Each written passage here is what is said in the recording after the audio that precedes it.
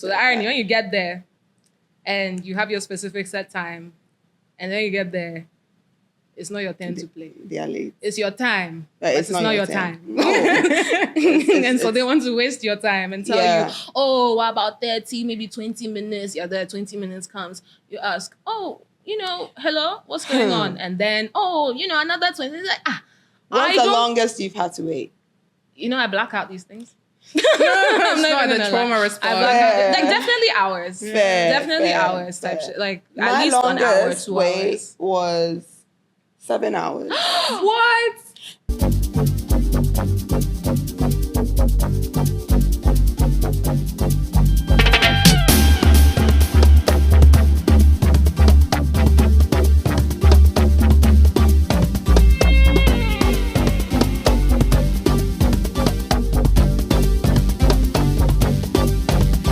Hello. Welcome to Sankasa podcast. My name is Rowena Tenika. Call me what you want. And my name is Tenika Sam. Call me what you want. And today we are here with GHBOI.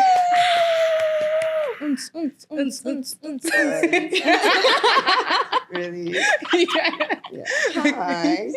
I'm the Hey girl. Hey girl. I go by GHBOI or Ghana boy. Potato, tomato. For you, those that don't know, my experience of Ghana Boy is like when I first moved here, you were like one of the first female DJs like in the scene. Paved some ways for the girlies, and knowing you personally as well. I'm like, you've had experiences as a creative in the music industry or in the DJing industry in Ghana. So I was like, yeah, let's have a chat. What's the real tea? Yeah, there's lots of tea. Lots of tea. Yeah. Tenika dabbles as well. So I beg. Wait, this is my fervent plea. I'm not a DJ. Oh. I'm not a DJ. I've retired. Oh, please. I retired ages you're ago. You're too good to retire so soon. I beg. We don't need to glaze But today. we understand. Don't need We glazing. understand, though. Yeah. It's tempting. No, I'm retired. Yeah. I'm retired. Yeah. Okay, do you want to tell us, do you want to tell them who you are, like from your words? Yeah. Well, I am a creative. I would call myself multidisciplinary. I'm into music and fine arts and a little bit of interior design here, there. I mean, that's a passion I'm hoping to develop as well. I didn't know that. Yeah.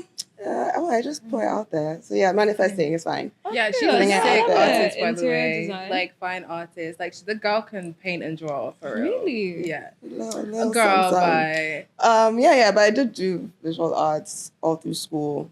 And Oh, really? Yeah. I did visual arts and then I went on to do business, so kind of like veered away. Mm-hmm. But ultimately, I'm a creative at heart. Mm-hmm. Just an all-around baby girl. yeah. Yeah, We I love a like baby girl. I like life. I like enjoyment. Yeah. yeah. That's true. I don't like stress. Mhm. At all. Like peace. No want Problems. Only. Our nervous systems is not built for the stress. It's not. It's not. Mhm. It's not. It's not. Okay. So the reason why, I was just like, Amma would be so great to have this conversation with, because I feel like you have a really good perspective, being that, you're a very smart girl, smart woman, and you came in a time where, I feel like there wasn't really that respect for, DJs and, people in that part of the creative. And you had to kind of, fight tooth and nail as a woman, because they weren't doing that to your male peers. And I was like, you would be so great to speak to what that was like. What that is like, because it's still there, but what that is like. Yeah. Well, I would say absolutely right. So when I first started, it wasn't that many female DJs. Representation was not there. There were a few, obviously, Michi, the mass DJ, and I would say the struggle came later on when I was a bit more immersed in the industry. Because when you first start, it's all kind of fun and games. So it's really cute, when I first got back to Ghana. And the roadblocks just started, not necessarily roadblocks, but just the difficulties and navigating started, showing, rearing its ugly head. Mm-hmm. And I feel like the more seasoned you become and the more, growth and evolving you do, it's kind of like the environment is almost set up against you. Yeah. In what ways? In ways such as when you're trying to set yourself apart or stand on certain principles like monetary value or just professionalism. Like, this is how it should be, and you assess that it didn't necessarily just go, okay, you call it out and then it changes. It's kind of like this pushback. Mm-hmm. So obviously, when you're a novice in the industry, you kind of take what you get kind of attitude and just be grateful you're learning and you're in these spaces now. Well, naturally, once you become a bit more seasoned and experienced, you also want to level up your craft, how you carry yourself, how you represent, how you're represented. Yeah, what do you charge because you have experience Yeah, now? things like that. So I would say, yeah, that's where it started getting tricky. Can I swear? I can't swear. Yeah, yeah. Say what you want. Yeah, she started to get wicked. Yeah. But I would say, as a woman, I understand, because it's not just this industry. It's a very global issue with how women are perceived in these male-dominated spaces and things like that. But yeah, they didn't make it any easier. I feel like I've been there for some of your like experiences with these things, and I feel like what has been the most frustrating and is the most frustrating thing to see is like as a woman because you're like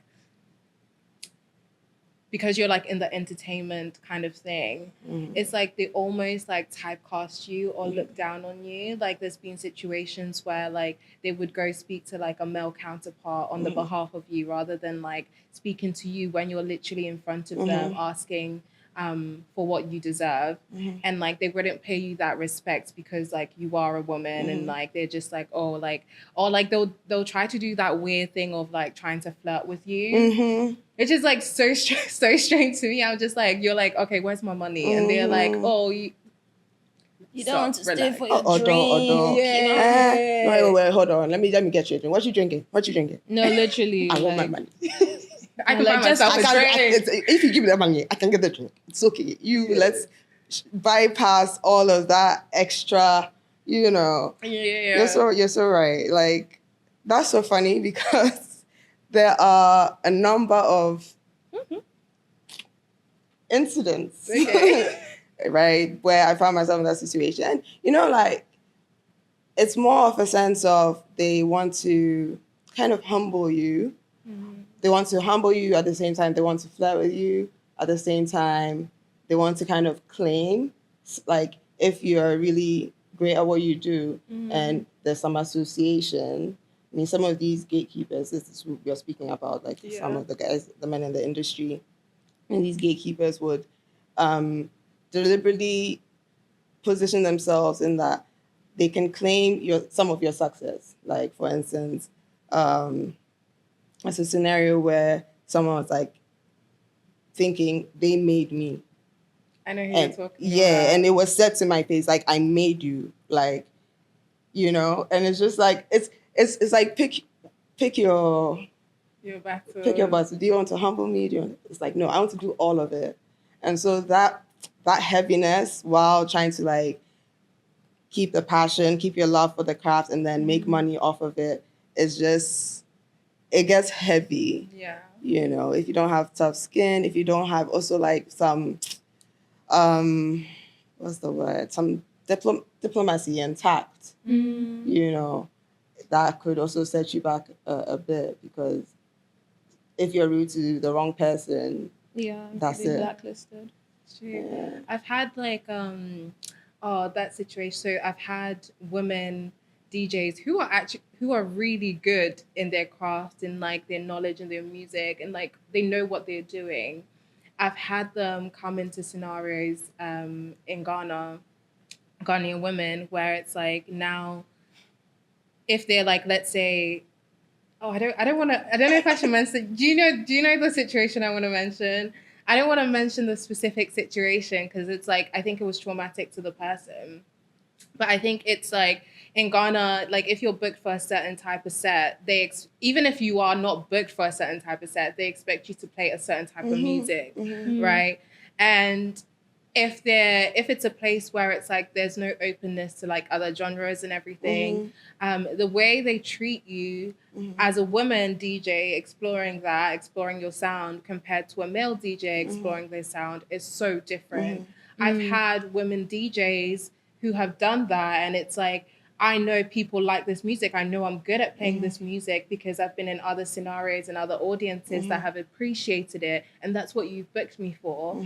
But now that I'm in like maybe a predominantly like male space, and like it's a more like generic, is that the word?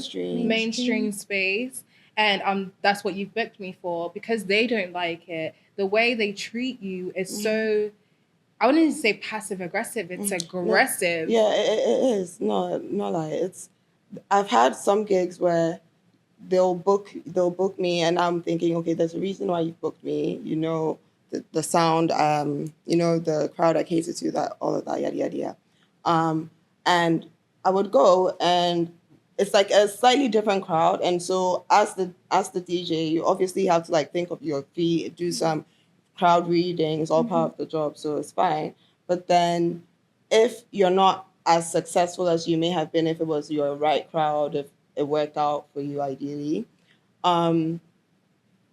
there's a sense of like condescension, like such heavy condescension after your set, where the person is clearly disappointed because they just wanted you to kind of conform. Like they booked you for a reason, but then circumstantially things have changed. So now it's like you are the reason why their party flopped, or you are the reason why, you know, maybe no, it's because you have maybe put me at the wrong time, or maybe your crowd was not like with the shits, like they didn't know the MC didn't hype up what they were needing, or there was no MC. You know, so there's a lot of different factors that, you know, would render a party or make a party be considered like not great, it didn't do well. It's not just the DJ and their talent, right? But a lot of the organizers dump it on the DJ, and it's so ironic because it doesn't translate to how much they pay creatives or how much they pay people in the DJ industry, right? So it's just like almost such a disconnect. Yeah. And so even just in this short period of time, like look at how many like hurdles or potential difficulties. Now, I wouldn't assume men don't deal with some of these things. I'm sure there are some scenarios that they do, a lot of scenarios they do, but just take on all we deal with as women already, like our emotions, our insecurities, physical security too, physical safety, everything, and then needing to be good at what you're doing all the time. You know, like the expectations are up there. Yeah. Do you think it's because I feel like with creative careers in Ghana, I mean, I got here and started DJing I didn't get here in 2023, but I started in 2023 because of Oroko, which I think for me, that pathway really made a lot of what you're saying that little bit easier. You know what I mean? Because the barrier to entry was basically zero. You know, like our hands were basically held for quite some time. You know what I mean? Like we literally had the safe space thing, which was like being able to play our palm moments, and like that crowd of people was so obviously nice and warm, like welcoming and warm. So like even if you mess up, you know, people are there to hype you. They're like, we can't hear it, don't worry, we didn't hear it. You're doing amazing, sweetie, you know, type shit. And I think for me, my question is like, you started here, No. 2019. Not here, but like Yeah, I when started you got here here. 2021. 2021. Yeah. Oh, okay. Yeah. So 2021. And then, I mean, for God's sakes, you were one of my teachers. Right. Which, wait, we didn't even... Why does that feel like 50 years ago? It was a while. There's so many things going on. But yeah. What, in Oracle? Yeah, I was one of our teachers. So I'm a Oracle, trainer, like a DJ workshop trainer. Yeah. And so the first workshops ever were the ones at Palm. Our cohort was the best. I must say. Our cohort, we did like this Oroco and Pioneer DJ collab, and then we did like a school, like a proper school. I remember that. Like they taught interested people how to DJ. Yeah. Yeah. And you were in my class. Yeah, I was. Which is probably why I DJed well after. But I would say like the Oroco pathway was really cool. And I just feel like, I mean, that's 2 years of like, Oroco kind of doing that kind of stuff. And I think even places like Vibrate, just like this concept of mentorship and training type shit. But again, because I wasn't here, I don't know if there were like things like that before. Not quite, no. Yeah. It was. I figured. Yeah. So for me, sometimes I feel like, if I had came like a year after, I would have been able to have like to dive straight into that. But I'm actually really glad that I didn't have that initially, in as much as it would have been great and important to have that. I think 2021, everything was just very mainstream. The alternative space hadn't been quite formed yet. Like Oroco has heavily contributed to the alternative space, experimenting with sounds and just like the open-mindedness of music. When I first got here, it wasn't like that. So I think that's one of the reasons why I was able to do so well, or at least catch people's attention, is I was coming with a different, like, I wasn't conforming to what was already happening here, like the Afro beats and I'm a piano. I mean, I'm a piano, but I hopped on that. I did hop on that because I kind of used that to enter. Can I give context? Amma was like, you started your DJing and playing in China. Yeah. So like you're coming from a different soundscape, even though you did play like that type of music. The soundscape was more like experimental and you can mix a little bit more. Yeah, absolutely. So that experience was my DJing in China was very much, I was the curator of whatever events, like whatever I would play was because I thought it was cool and, people could dance to it. And so that's kind of what became my signature. So when I came here, yes, I would play some familiar songs, some mainstream ones, but I would play a lot of other songs that I just wanted to play, and I thought were cool. And there were a lot of people who responded to that. They were like, yo, your set is so refreshing. We're so tired of this. Like, and we even kind of hear it now. It's starting again. We'll get there, but it's starting again. And I've been outside in a hot it's so interesting. No, babe, you know exactly what we're talking about. Like, we're talking about the fact that, like, when it was Amapiano, like, you'd go to a gig and the whole time they would just be playing Amapiano. Back then. But what's happening now is what I mean. Electronic and, like, techno music. Oh, like the uns is now too much. Yeah, like, we love the uns, but we also like a little bit of, like, we can shake. Dance hall. Yeah, let's mix it up a little bit. Some hip hop. Yeah. Yeah, and it can even be, like, hip hop in uns, you know, like. Yeah, like diversity of sound. Yeah. So... So that's how I, so I came, and that's how I think I benefited from just figuring it out on my own. I did have a lot of support though, like my sister, shout out, Nims, she was the one who told me like make a DJ page. I didn't even have like a DJ page. She was the one who told me to do it. And then I set that up and I started posting, and then I thought, okay, it'll be cool to like brand, and so I branded. And then I changed my hair. Like I did the whole thing. And it wasn't very planned out because I'm not great with like social media. I think it was because I was so excited and so into the idea of being a DJ, because something I'd always wanted to do, and then being home and being able to do it here. So taking those steps and making those strives, I didn't necessarily have the community in this sense, but I had like a personal like support system. like my cousin, like Nadu and Kubi, like my friends. So if I had a gig, they'll be my crowd. Yeah. So even if there's like a few people who don't really fuck with my sound, but I brought my people and they just need to see them have fun too. Have fun. Yeah. Wait, I'm sorry. That's probably one of the funniest things to me when I used to DJ. Like the fact, like people are so, like the mob mentality is crazy because literally you just need like 4 people in the front doing the absolute most, and then people be like, oh, we should like this too. You know what I mean? And then they'll come and they'll be like, hey, I like you people. Where were you? You know what I mean? I don't think it's but I think it's cute. It's funny. We should like this too. I think energy is everything. Like energy is so contagious, infectious and powerful, and everything is energy. So if you see someone like smiling or just laughing, like it could just like put a smile on your face. Get like in there and be like, it's what's like going some on? transference, right? So that's what I like. That's really what I like about DJing. Like when I see people like hype and happy, it's one of the best feelings. Like it just makes me automatically hype and happy. And then sometimes in the reverse, when I'm hype, happy, it makes them happy. Yeah. You know? That is true. And times where I've not been feeling great, there's that transference to like it wasn't a great set or crowd or something.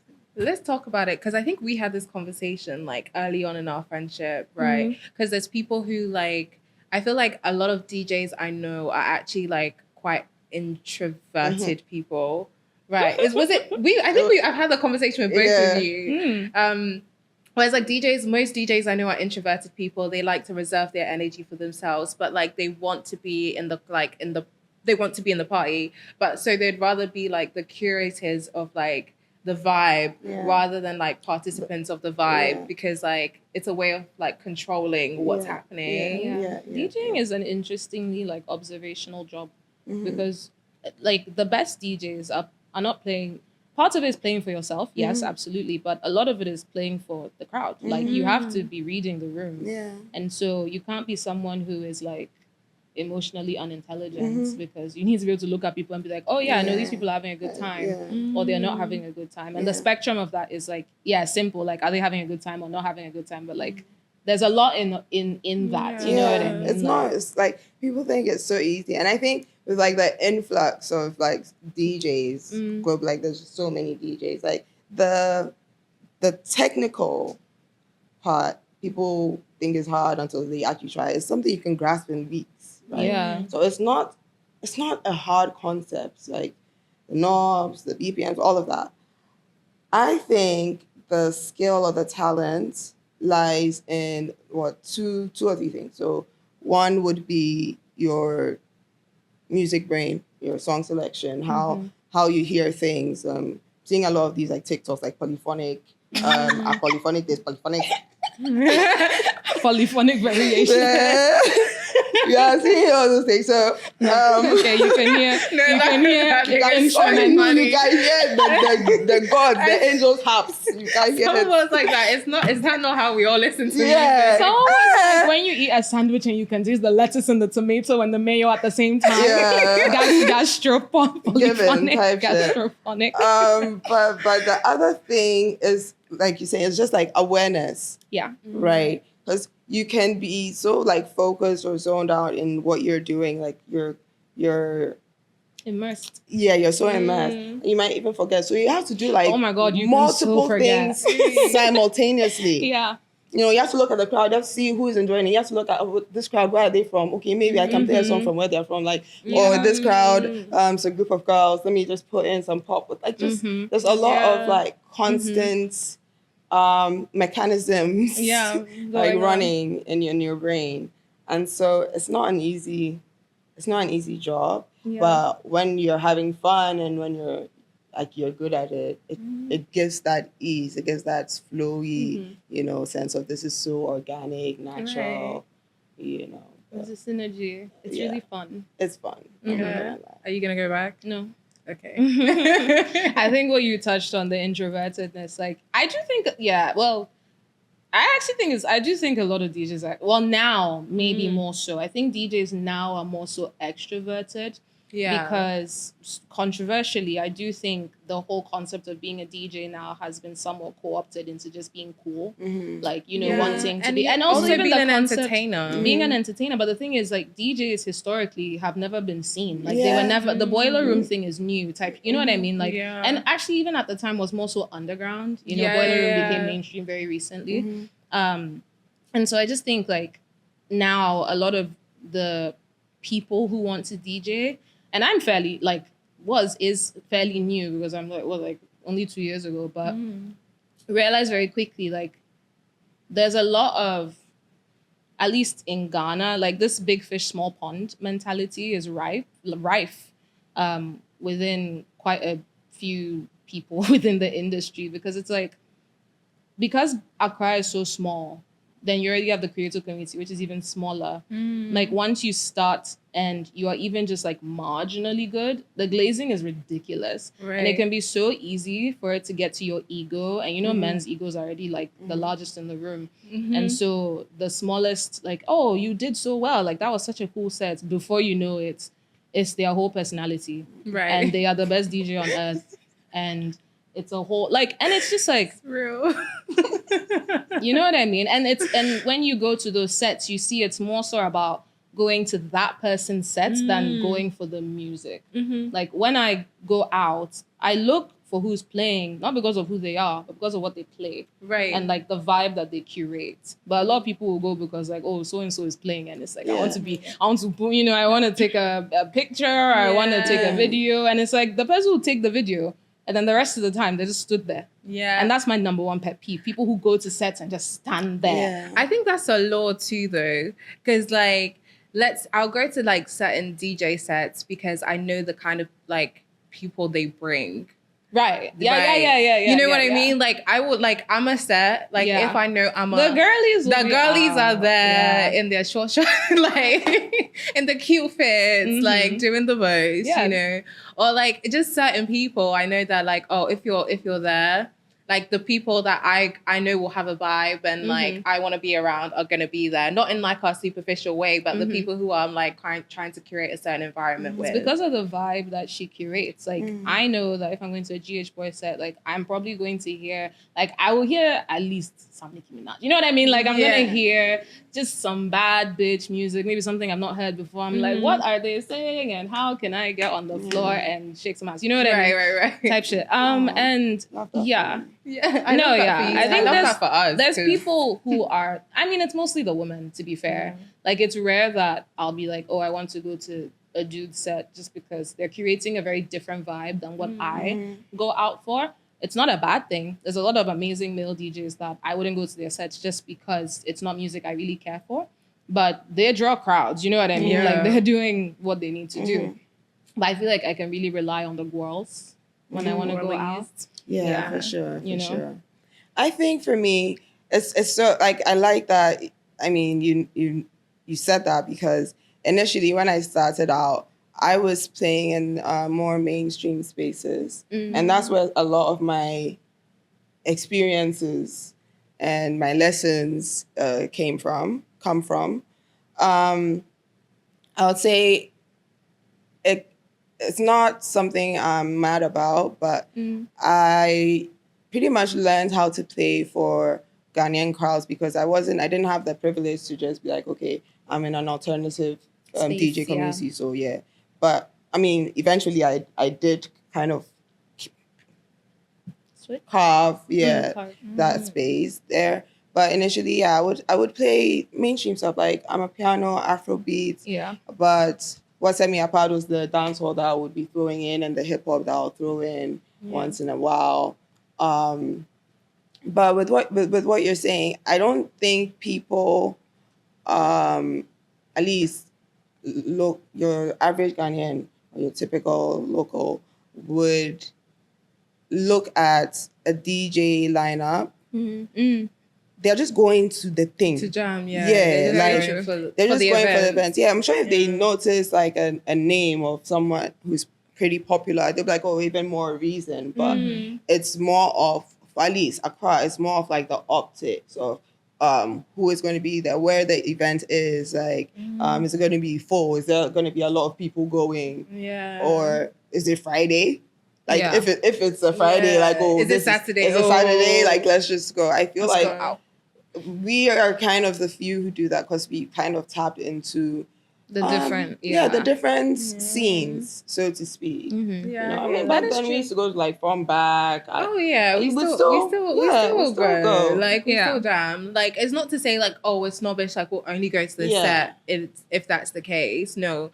But it's like in an event where I'm like, okay, who's on the lineup? Okay. If I see this person's in the lineup, I'm like, okay, great. The others are gonna be good. But like I know I'm gonna at least like get a few hours, minutes, a few minutes of jamming in. Like, do you know what I mean? Yeah. And like the rest I can chill. No, I'm definitely spoiled. I'm giving last born vibes. Oh, because I came so late into the scene. So I'm like, I'm snobby about, not snobby, but like when I go out, because I don't go out that much, when I go out, I want to know, like, I know I'm going to have a good time. So it's like, I'm looking at the lineup and I'm like, I will go for this. Looking at the lineup, I will not go for this. Yeah. Sometimes I can be dragged out and then I'm usually like, I should have stayed home. You know, I should have stayed home. Yeah. Could have just put on Spotify. Tanika's like a good gauge of like whether a night is good or not. Me? Right? If she's out, it means it's Me? good, or- No. Like, as in, like, she's a very good gauge of how the night is going. Because if, like, Tanika's catching the vibes, like, she's throwing ass. Like, she's having a great old time. But if the vibes is not giving, she's home. Like, she'll do an Irish exit. Like, no, she just leave. she literally will just leave. And I'll be like, okay, well, okay. Bye, guys. Fair enough. Going home. It's 9:30. No. I would never stay out after my set. And the only time you see me out is if I'm playing. Like, I don't go out unless I'm playing. It's actually true. Yeah, I feel like that's, I mean, it's, people may feel like I'm trying to be cool, like I'm not, I don't know. You know how Ghanaians be, like they'll just be making assumptions. But I kind of made it it's not a principle, but it's, if I really don't need to be there for myself. Like say I'm having a rough week. If I want to pack myself up, cheer myself up, I will decide to go if I'm not playing. So I mean, like, you know, I just want to go and have some drinks and have fun, right? But majority of the time is if I'm not going, or if I'm not going to benefit from being outside, if I'm not going to get like some monetary value or compensation being outside, I just wouldn't go out. And that was easy because I just know what is playing when I'm out. It was more like I wasn't really enjoying what I was hearing outside. Yeah. Let's talk about it. You said something, you just said about like money. So I feel like a lot of the like newcomers, well, now it's maybe different because they're like, oh, it's a cool thing to do. And like, it's the it thing. But I think like maybe a couple of years before, like people would get into DJing and like develop the skill because they're like, oh, I maybe don't have a way to make like extra income. So like, I know how to do this. Let me go do that. Yeah. And they wouldn't be charging crazy amounts because they're starting. But even that, they would be like stiffed on money, have to chase up their own money. Yeah, but like, let's talk about it, like the actual like mental health of that, because like that is a lot. Anguish. Anguish. Good word. Right. Devastation. Frustration. Frustration. That's far. Lamentation. That's why has the Lord brought us. Oh. But yeah, what you're saying is so true. Like when I first started out, and I told like my friends, I mean, I'm gonna say it's fine. It's all in the past. All is forgiven. But I would play for like 4 hours once a week, and at the time I was getting 300 CDs. Damn, girl. Right, for 4 hours. Yeah, I know. And sometimes when I'm doing a good job and people decide to stay longer, I still have to stay. Right. So there were a couple of nights where I've played overtime, but you're not even, how dare you now come and ask for overtime? Like you're a beginner. Baby steps. Yeah, like you're a baby girl. So you're a baby DJ. So that I did that for like a year. And it was fine. I'm not complaining anymore now. I mean, because I left, I decided like, yo, no, this is exploitation. And yeah, seeing my value and just standing on business and all of that. So it wasn't until I just decided, okay, I've got enough practice. Like, yeah, I've been doing this and taking this amount because I had to have some humility coming into the space and all of that. And, you know, you have to kind of earn your stripes. But now I think I'm good. But how did you know that though? Because like, I feel like if you're in a place where like maybe you don't know your own value as much, the people who are paying you the least amount are like we said, they're going to try and humble you, this and that. And even that conversation of being like, yo, I've been playing here for this long, you can tell I draw a crowd, like give me some more money. Like even bringing up that conversation is going to cause some tension most times. Yeah, it's stressful. It's stressful. So if like you're a person who's like not used to dealing with that, how do you know it's like, okay, now this is the time to move on? Like what was your thing? My thing was when I'm big on communication, right? Like my thing was when I communicated, like you're saying this, I think, yeah, I've done all right. And, you know, I asked for like an increase. It was a very minimal, like not even much, right? And I was very anxious before I went into that conversation. And so I kind of like run it, like I prepped for it because I didn't want any tension. I wanted to be like good with the person, with the establishment. And it was just their response that did it for me, honestly. It wasn't even like a super intuitive thing, like, okay, now I would have gone on there if there was some like understanding and respect for just my craft. Like you're seeing it. It's not like you're not seeing it. It's different when I'm around. Like there's talk about it. You know. Yeah. So I think that's what it was for me. And then a lot of validation also from like my friends and other places that I had played at. That's also what did it for me.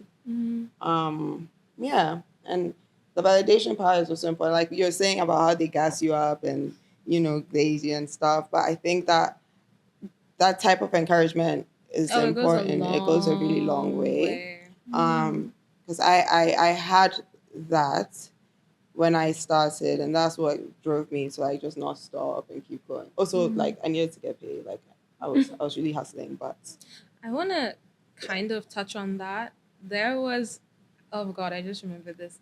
There was another podcast. I can't remember. Oh God, I can't remember the name of the dude, but it was some dude who Ghanaian? Yes, who decided to say that, what was it? Women don't try hard enough in music or something like that, which is why, like, I don't remember the melody. Yeah, no, do you remember what I'm talking about? Yeah, something about like women in music, like women in the music field in Ghana. The reason that they are not blowing is because they don't put in effort or they don't try. I think I know. I don't want to call out the podcast because I love the podcast, but like... it wasn't a podcast. I've heard that sentiment not off of a podcast. Yeah, it was some dude on a podcast. But I think that's which such is, it's BS. always some dude on a podcast. Like, such BS. They make it so hard. Like the number of times I've tapped out, like I've had to like take multiple breaks. Like and it's so crazy that it's even expressed like that with such ignorance and such confidence. It's like, no, you know. I think the thing that's so frustrating about like something like that being said is because they do work hard, but the reason is it's like you guys are only willing to accept them if they conform to like what your idea of who they should be as an artist, a DJ, as a woman creative.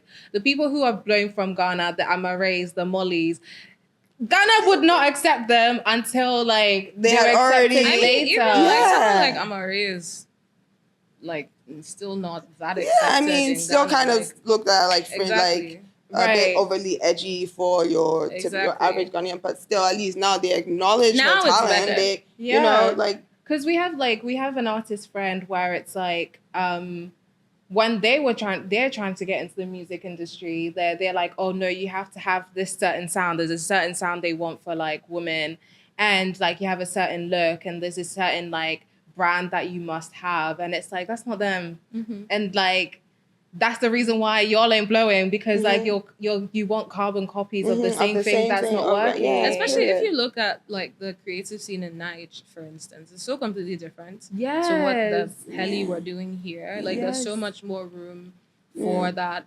I feel like because the Thames and the Arya Star are not the same. Yeah. Like are They you are not kidding? the And same. look at them. Like these are people who are primed to succeed. You know what I mean? Like it's giving Sabrina Carpenter before she really blew up. Like this is someone who's been in the scene for so long and like slowly been building, finding that one thing that really like that one branding identity that really blew her up. Because Miss Sabrina was in the game.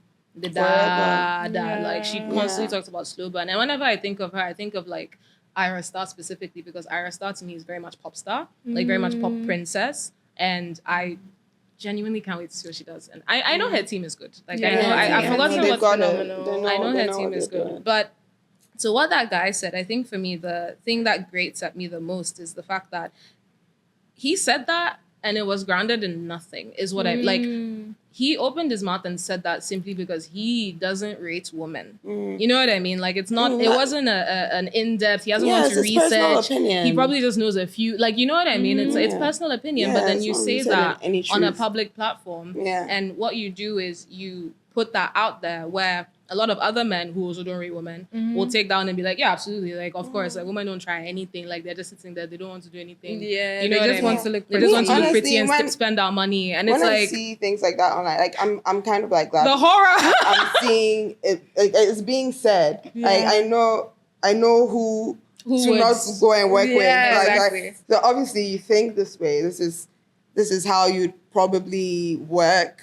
Like this is the basis on which you might work on women. Like you already have set in your mind, women don't put in an effort me on this. Like you already have a negative kind of attitude. But I prefer men like that, you know, to the men who the undercovers. they'll go deep, but they'll make you like Our therapy and then kings. stab you in the back. the ones who will literally co-opt this feminist ideology. I'm down with the girls. Yeah, I'm down with they the will girls. I'm down with the stab you in the queers. And just exploit the They are the image worst. That's what I'm of saying. an alternative babe. Yeah. I think It's better to know the enemy. Yes. It's better to know The the enemy, devil. because at least if I see you, like you said, like I just won't work with you. Then you end up working with someone before you realize, wait, you're the same as this nigga, Yeah. but you're worse actually. What the heck? What the hell? What the heck? What the heck? What the heck? Yeah. No, that's So, so real. Yeah. I'm glad when they talk their shit like that with their chest. Oh, Yeah. you're one of those. Okay. Yeah, like we just don't have On to to cross the paths. next. On to the Move next. on. Yeah. That's real. Okay, we don't have a lot of time left, Okay. but we wanted to play a game. Oh yes. Okay. Okay. We're gonna have to make up some of the questions because we didn't actually Finish them. finish them. Okay. Okay. No problem. So, it's called red flag, green flag. Ooh, fun. Okay. So we're gonna say a statement, and it's like, is it a red flag or a green flag? Okay. So first one is them having slow replies after you've asked for a budget. Red. Red. Yeah, red flag. Crimson. What is your budget? It's like, it's a But simple at this question. juncture, by this time, you must know. By this time that you have come to ask, you must already know what you can or what you cannot do. We're not doing this after the fact. What's taking so long, sir? Yeah, are you just waiting for me to ask? Yeah. Okay.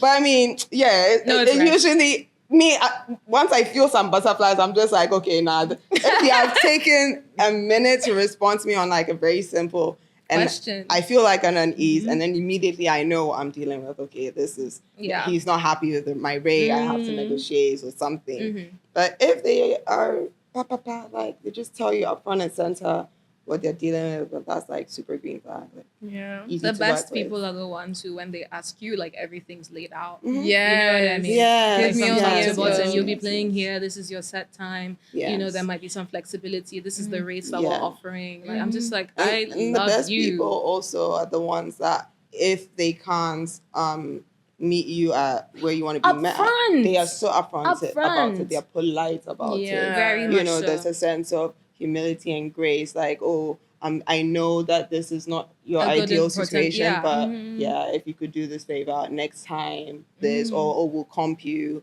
or okay, we'll cover your transportation. Like, Accra, they don't even, they're not asking, oh, so Telling do we you. cover? Like, they don't care how you get there, whether you Swim, or dance, fly jump, or skip. hop, like, or play ampé to go there. They don't care. You just be there. Yeah. Be there. Be Just there. be there. And then the irony is you get there. That's the next one, actually. You know? That's the next one. But yeah, like rounding it up, yeah. Red flag, green flag. So the irony, when you get there and you have your specific set time, and then you get there, it's not your turn to play. They are late. It's your time. But But it's not your turn. time. No. And so they want to waste your time and tell Yeah. you, oh, what about 30, maybe 20 minutes? You're there, 20 minutes comes. You ask, oh, hello, what's going on? And then, another 20. It's like, What's the longest you've had to wait? I black out these things. I'm not not even the gonna trauma lie. response. I black out. Fair. Like, definitely hours. Definitely hours type shit. Like, at My least 1 hour, longest 2 wait hours. was 7 hours. What? And- No. So wait, were you? That's I think actually you were with us. sacrilegious. Where? The- Oh, yeah. Where was this? Yeah. Kokorite. That's Oh, what yeah, we'll say. put them up. Beep.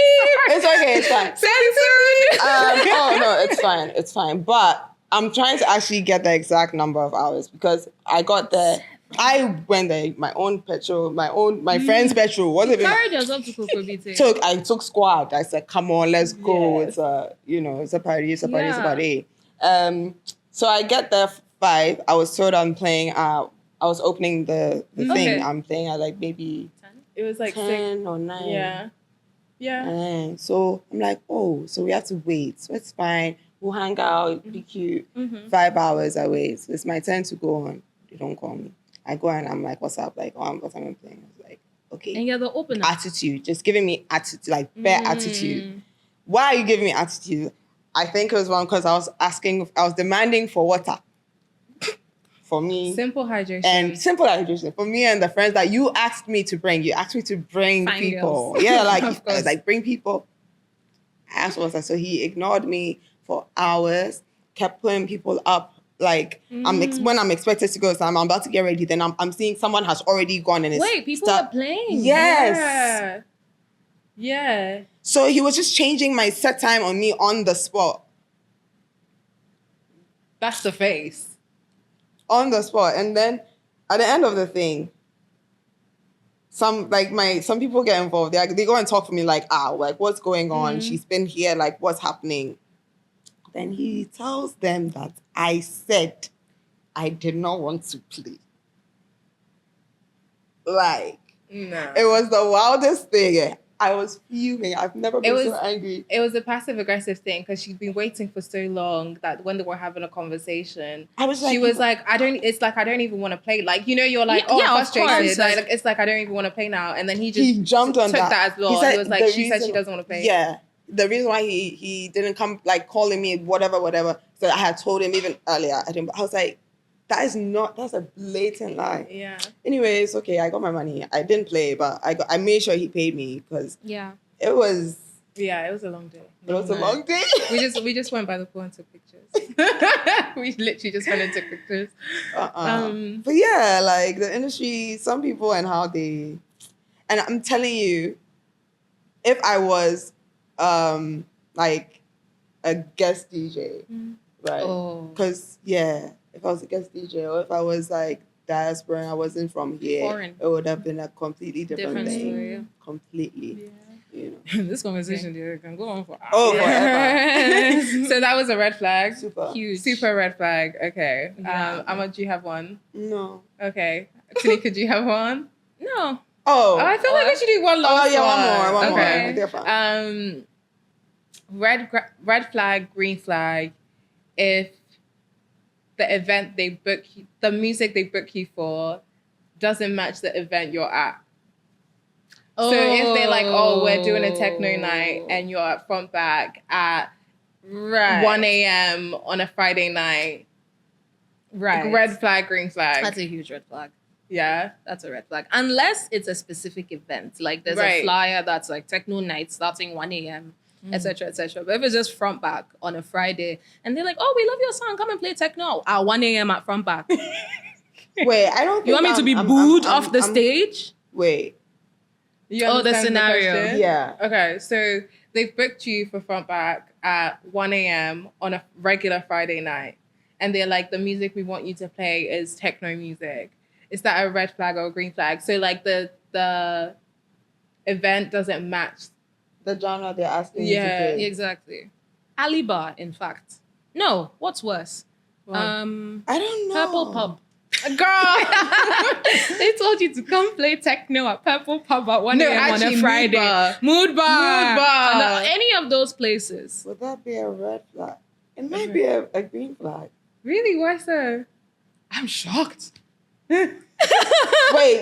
So are you saying I show up and they are playing a different genre? No. They're booking me to come and play techno music at a place at Purple Pub at 1 a.m. on a Friday. They play Afrobeats or random. And there's no event. Like it's just like show up and play. They think I can come and do something like different. What does red and green make brown? Wait. It's obviously this is like giving, the pessimist and the optimist. Yeah. No, I'm like, I've been there before. No, it's obviously given red flag at first glance, at first hear. But with some optimism. Yes. Yeah. But I would say like maybe there's some special people who are and they're trying to switch it up. Yeah. I'll probably like convince myself or be a bit delulu about that situation. Yeah. Delulu is and if we love a delulu, if they're paying me my rate, if they are giving professional, vibes. The thing is, red flag doesn't mean you won't go.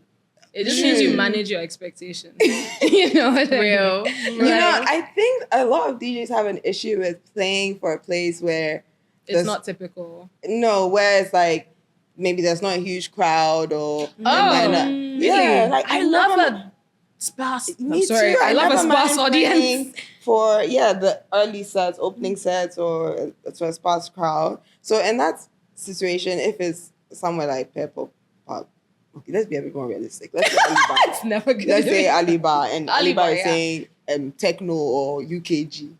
Come and play UKG. It would be like that's odd. But why not? Why not? Why not? You know what? Yeah. Why not? What the hell? What the hell? Yeah, what the why hell? not? And okay, optimist. So I'll say I like that approach. Yeah, I like that optimism. Yeah, I actually do like that optimism. I mean, I should be realistic. Because it really depends on where. Like if Small Moment asked me to come and play like bass house at damn near 9:30 p.m. Like no one is there. I'll be like, absolutely, no one's gonna be there. You know what I mean? But like if front back asks me to come and play 1 a.m. techno UKG, like what do you mean EDM? Actually, I'll be scared. No, and it's also depending the time of the year too. December. UKG in December. It'll go off. Techno 1 a.m. Friday. Yeah, babe, it'll pop. It'll go off. Okay, UK. UK. It'll go off. It makes you let's say like hard techno. Okay, like the okay. I'm sorry. Did you glitch? She said, "Woo." Okay, can you do it again? No, I think I could. But I think that could pop too. I think that could, babe. Listen, when we went to Front Back, I will a couple say of Fridays ago, if someone was playing techno on that night, true, would have popped. All the Obrunis were out that night. Yeah, it would have popped. It would have popped. It would have popped. I will say manifestivities I played, and whilst I mean at the time that first of all, obviously they wanted me to wait like 10 years to play, and I was like, look, I don't even want people to be here to listen to this set because it's not typical. So I was really pushing to play at my time.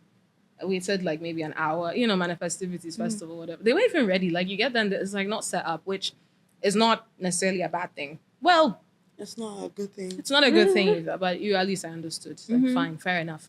And then when I played, you could see people like there were certain moments because obviously techno can be so like just electric music in general can be so jarring sometimes. Yeah. Like I would see people like at the little stalls, they'll tend to be like, what's going on? I'm so sorry, guys. But you know, it's interesting. Ghana is interesting because like you will almost always have at least one person coming up to you after and being like, that was really cool. Yeah. You know what I mean? Yeah, Like that was yeah, really yeah, cool. yeah, Like Yeah. for sure. there's always that one person who's like, well, that validation. yeah. For me, I literally like one person is good enough for me. Yeah. Because then I'm like, oh wait, that one person who like Yeah. will go, maybe they Shazammed one song. Yeah. You know what I mean? There's Like, been a lot of sets I've walked away feeling like, okay, loads of sets. Even my last set, you know. Really? Yeah, I was like, I just know, obviously, I know my potential, how I can deliver. And sometimes, or a lot of times, I don't feel like I could have, I feel like I could have done better or whatever. But with times where I really felt like it was a shit set, if just one person told me, oh, that was a good, or like, oh, I like your set, or I like your style or something, it would just it helps. help the whole Yeah. situation. I'll be like, okay, my job is done. Has to be someone I don't know though. Like if you come up to me after like, oh, Tanika is Yeah. different is it's coming from giving a your friend. mother's love. Yeah, Only a mother could different love when this it's coming face from a type. friend. Guys, I'm not gonna compliment anymore. No, I just gave you like, it was like, Oh no, It do was it. cool. But we just want, thanks. No, thanks, but I feel like girl. with times where I knew it was an okay set, and I'm kind of like, no, it wasn't great, wasn't Yeah, great. right. Like, girl, you know it was good. Yeah. Like, you be calling me out sometimes, but Yeah. for the most part, I think anyone who really cares about their craft would always We'll always assess. Wanna do assess, better. yes, and want to do better. Last thing. okay, go. Favorite GHBOI set that you've been to? Ooh. I was intoxicated from my surgery. Weren't we all? Ooh, I feel like there's many. You can do like top 2 or 3. Top Top two? two. Yeah, Top top 2, two. top 2, top 2. There's so many parties. Yes. I so know. many Well, parties. think I about think- where you got home and your literal gluteus maximus was hurting. Okay. I think one of the early on ANF sets. Ooh. One of the early ANF sets. Yes. Was she wearing a silver skirt? I can't remember Because that one, I wasn't there and I've never had FOMO in my life. I don't get FOMO. I had Silver FOMO skirt. that day. Silver skirt. Was it silver? You were wearing, it was one of, oh God, hang on. I think you were you wearing a silver dress? No, it was, ooh, was it silver dress? Hey, you Obviously, you guys. had the signature puffs, hang on. And then, So early days. early-ish days. I would say it was 2022. Oh yeah, that's baby GH. Baby G. Yeah. I feel like that one was everywhere. Silver Where did it skirt. go? silver skirt. Hang on. Was let it me make what sure kind of my- party was it? Was it outdoor, indoor? It was this one. Hang on, wait. Hurry. You Ah. Yes, this one. Let's see.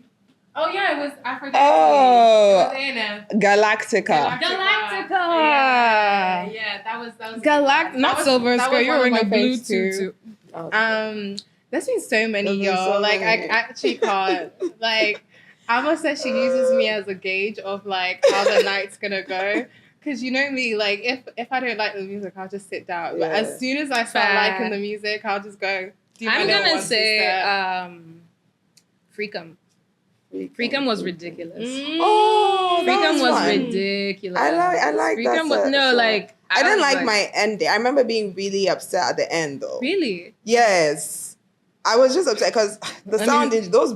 Oh yeah, the sound doing was the most, very messed up. Yeah. And then I couldn't end my set with like the way you with wanted the way I to. wanted Yeah. because the set was so high intensity and very peak energy, and I just like ended it like abruptly, and then that was it. Yeah. But I think at the same time, it was also people had gotten a bit tired and stuff. So No, but I will say that was one of those sets where like you pretty much dance throughout. You know, they're great sets, Yes. but the lulls in between, like you Yeah. take a moment, you sip your drink, Yeah. you're hyped for them, but you're like, okay, waiting. But this one, I don't remember not dancing. Oh, like, yeah. I don't remember, like, I went to fun. climb on this thing, and then you're down on the floor, and then everyone is, oh my God. I think you're known for that. that, No, yeah, for sure. Yeah, like, you're known for that. If I don't have the energy. The dancing. The energy. Yeah, the energy. I Like, think. Because I'm also, it's like, Hype. I'm hyped because back in the day, I wasn't the DJ. I was like a dancer. I used to dance a lot, and I used to like love just clubbing, going out dancing. That's it. And when I switched, I'm like, I can't not dance and just jump and be it's kind happy of and impossible. things. Like, like some people have, obviously, some people do a whole choreography and that's cute and all, but like just, it's not planned. It's just very organic, free, and you're just living in the moment, and everybody's happy. It's like it's the best thing. Yeah, like, it's the best job, Like Freecom was ridiculous. Yeah. I'm sitting here. I'm like, oh, So, I need. girl. Well, I'm very much in my reserved. I like that you say I'm known for that. You was are known really for good. that. Like when you're in your like peak element. I'm like, girl, calm down, sweating from every pore. Like you need to relax. The last one was like that too, actually. Which one? The one at South Village. Good venue. Yeah, that girl. Like people who I didn't know dance. I peeked. You're dancing. That's crazy. What was it? That's awesome. It was like an event. Special. Yeah. Okay. But yeah. Well, okay. on that note. Yeah, You've heard it here very first. If you haven't cute. been to a GHBOI set, find your way there. Yeah, Find your way there. GHBOI for. Okay, I look in the camera. I did. Okay, period. Thank you, GHBOI, for joining Thank you for having us. Love you. Bye. Tell them- wait, Sorry, guys. Are we still airing? Yeah. Can we plug you? Yeah, Okay. tell us. So where we can follow find you. GHBOI on Instagram is GHBOI. Follow her for updates on gigs. Just watch her personal life, all of those stuff. Thank you so much to our team at GCR. Follow them at Gold Coast Report on Instagram, TikTok, wherever you may be. And also follow Sankasa Podcast on Instagram and Sankasa on TikTok. And subscribe to our YouTube if you're listening on YouTube. Yes. All Like right. and subscribe. Oh, I've always wanted to say that. Like, subscribe, share. Share. Love you guys. Love you. Bye. See you next time.